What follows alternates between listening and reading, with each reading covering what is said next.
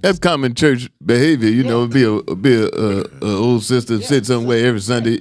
You ain't gonna come in there, Jeremiah just walk in and he never been in church before. Yeah. Gonna sit here black ass there with braids all over people way they can't see them. Yeah. Well, I'm not even gonna lie to y'all. I'm a creature of habit. So when I go to church, I got this thing in my head. When I come over, it's almost to the church I go to now. It's kind of like they already know when I come in. This is my seat. Oh shit. Oh shit. It's kind of like, this is my seat. Yeah, well, I'm a creature of habit. I ain't going to fight about it, though. Well, I go to that same church, so you can move up closer. You have to sit in the last seat. Don't worry about where I sit. Well, a lot of times if you ain't been in a while, you're going to start closer to the back. And then you work your way up. You just don't bring your ass in church after 10 years and just go right to the with a Bible, too? So when I was on I think I told this story before. I was on radio 5 years in Dallas, right? And a lot of the people that went to the Potter's house, T.D. Jakes, they would call in. You know, talk radio, they would call in. They'd be bitching, complaining. I said, you knew the man had 25, 30,000 members when you joined. And they be bitching, you know, my daughter getting married and he won't do it. He's going to, and I know this was a fact because Deion Sanders had invited me to a wedding over in the island somewhere. T.D. Jakes was going over there. But it was some members of his said he wouldn't even marry my daughter. I said, shit, you think that's something? He ain't gonna bury your mama either. The man got 30,000 members. Right. So be realistic. You knew when you joined. You knew when you joined, man, 30,000 members. So, you know. But I asked a woman one time, I said, so you got Deion, who at the time reportedly was tithing or whatever there. Right. I said, now, if you were the pastor, which one would you marry, Deion or your son? Deion. But should it be like that, though? Yes. Nah, I don't know. Should it be like that, though? But should it be that way? If he couldn't do both of them, which one do you think he should do? Right. Bo? You think you can help more people with $1,200 or $2,000? All right, I put it like this. Deion gave all that money. But Deion gave all that money, but he may come to church maybe 5 times in a year. Right. But this other person been giving all they've been working for. Yeah. Paying their tithe, and they come in every Sunday. Right. So should who do you think can help who? Do you think the person that gave $20 would be more help to the rest of the people, or Deion, who may have given $200,000? Which one do you think could bless more people? I like Bo's point. I see where Bo going with his point, though. I'm not saying that you diss somebody based on how much they get. I'm just saying naturally, if the person that's putting in more money is of more benefit to the rest of the people, it would just make more sense to accommodate him. If he could only be at one of the weddings. See, I would talk. I said, hold on, let me say this, bro. I'm on your side. Let me talk, bro. Okay. So what I would say was, this is what I would say. Listen, he's the $200,000 one. Let him on Saturday. We push yours back to next Saturday, and I got you. Yeah, I take that. That's or what about doing it just right after that ceremony? Well, no, he's gone. He got to slide. Plus, if he pushed that other guy, if he pushed the poor people's wedding back, they probably be broke up by next week. Oh Lord! Plus, and another thing, you don't want the word to get around the mega church that he did your wedding for $200.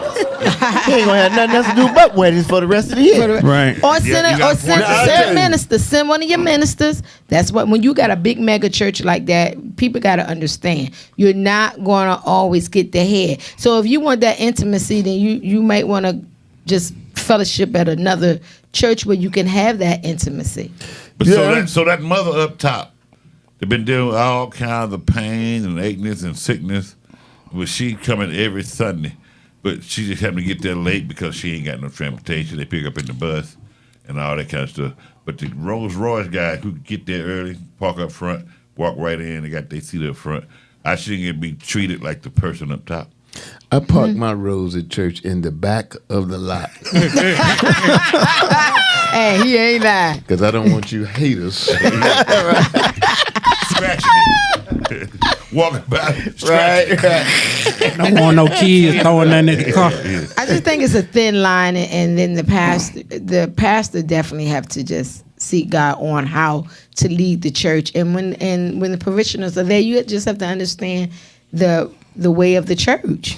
That's, in all So honesty. is it more beneficial to be in a smaller church than a mega church? It depends on the person. I'm not mega church material myself. It depends on the person. And I say that saying that even in a mega church situation, you can call it what you want. I would probably be recognized in most places. Right, exactly. Mm-hmm. But I'm not into that. Right. Even if I was going to give $2,000, and I'm condoning what he did somewhat. But even if I had been in that situation, going to give $2,000, I wouldn't have went up there when he said everybody giving $2,000 come up, because I don't want that kind of. We want people to know, we got it like that. I'm on the contrary. That's what I was talking about. Right. Yeah. I'm gonna be honest. I don't like to be recognized on that type of, because you got a couple of things, right? Is it boasting? Then you got people who look at you, oh, you got money, because when I first came to Christ, I didn't understand, so I would get up because I had money. So I'm thinking this is the way I'm learning. Yeah. But then I also see people keep asking me. That's good though. Drug dealer got a right to give. See, there you go, DC. Ex-drug dealer, thank you. I mean, back then. Right. But then people would come to me with their stories. Yeah. Right? Yeah. And then I'm finding myself giving.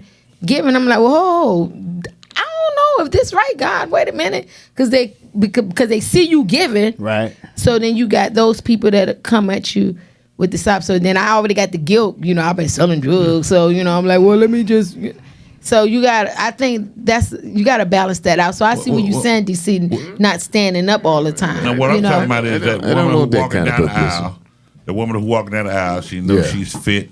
She got the $3,000 weave in her hair. She got the red bottoms on. Mm-hmm. She got nice shape. She go down there and yes, this is us. Now you got the one right behind her. She got the flip flops on, feet sliding out the shoes, walking down there. Mm-hmm. And old lady dress on, which is all she got.